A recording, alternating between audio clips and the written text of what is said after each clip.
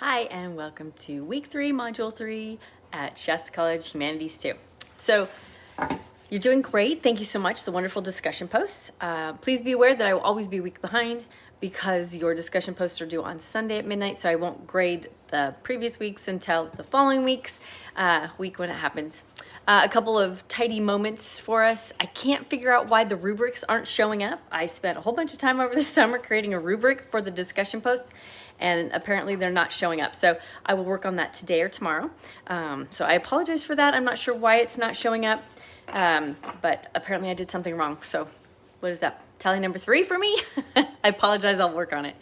But you're doing a good job with your discussion post. Remember that you need 2 in-text citations. So like if you use Fiero as one of your sources, make sure that in the body of your text, your primary discussion post, that you put according to Fiero, or you put the quote or the information, and then in parentheses you write Fiero, comma, and then the page number, and then and put that in brackets, okay? And that way I know where you got it, or if you got it from a video or from some outside source that you were looking at. And then, onto outside sources. If you post an on-site source in your discussion, an outside source, then you get extra credit every week. So I won't give extra credit at the end of the semester, but I will give extra credit every week.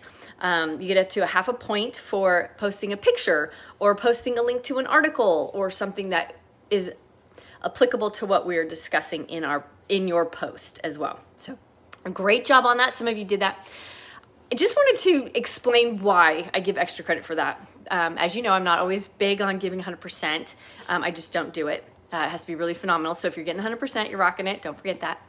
The reason that I give you extra credit for adding your personal stories, outside information, is because when you do that, you show someone else a different side to the same information, a different perspective. And that is how we learn and we become intelligent people, is by learning and seeing other perspectives. We all think that everyone else thinks the same way we do, and that is not the case. Even in families, people don't think the same way. So when you add a brief anecdote or a link to something or an additional story or something, you are sharing a different perspective with people, and that is powerful. You become the teacher as well. And I just think that that's such a wonderful aspect of online learning that I really want to encourage it. And so you get extra credit every week for that. So FYI, that's why I do it. So thank you for those that did. It was very powerful, and I enjoyed the links and the articles and the extra pictures and images and the descriptions as well. So great job. Keep up the good work. Okay. All right. Okay. So this week is going to be intense. There's a lot of reading. In order to get through in 8 weeks, to break it up, this is a big chunk. And you can't break it up. It doesn't break up well. So you have to read all 4 chapters in a single week. And I know that's a lot. Think like a college student. Skim. I didn't really say that, did I? But you need to skim because it's going to be really hard to really read all 4 chapters in 1 week. And I get that. So there aren't as many videos this week, not like last week. So just be prepared to read, skim, do what you can to digest the information.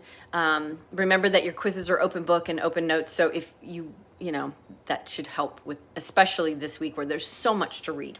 So I apologize for that, but there's no way to do it because we do so much. We cover so much. So we have the scientific revolution. So you get to learn about Kepler and Galileo. And most of you will have had this during high school, but I just want to emphasize and to see, so you can see how their scientific world changes that they made, and believe me, they changed the world, how it affects human expression as well, like the music and the arts and the architecture and all of the things that we consider human expression.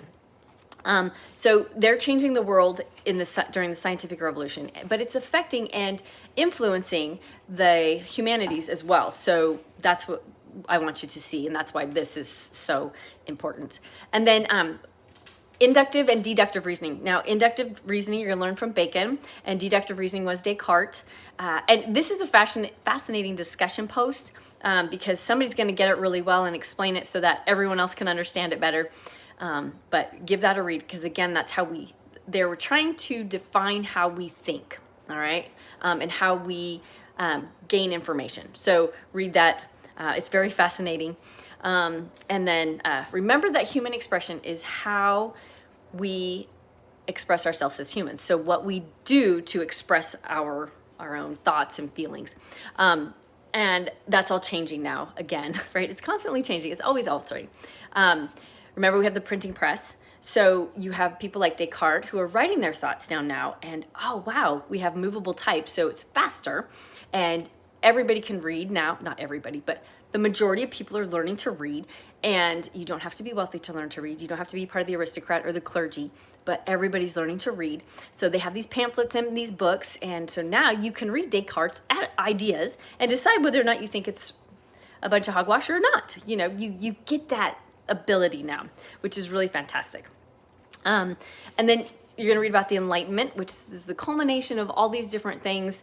You're going to look at John Locke, who was very influential in our own government in the United States. So he's an interesting figure to look at. Going to talk about the limits of reason, the rights of women, the early industrial revolution. There's a great piece on the slave trade and how that started, and notes from those who were in slavery and bondage, and it's really incredible.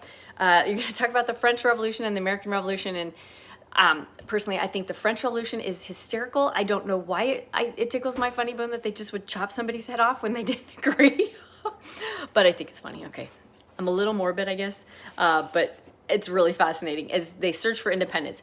But what you'll also notice is that as this happens, human expression plays a huge role in how we see our human expression, how we see what's going on in our culture. If you look at today, look at what has happened to the national anthem.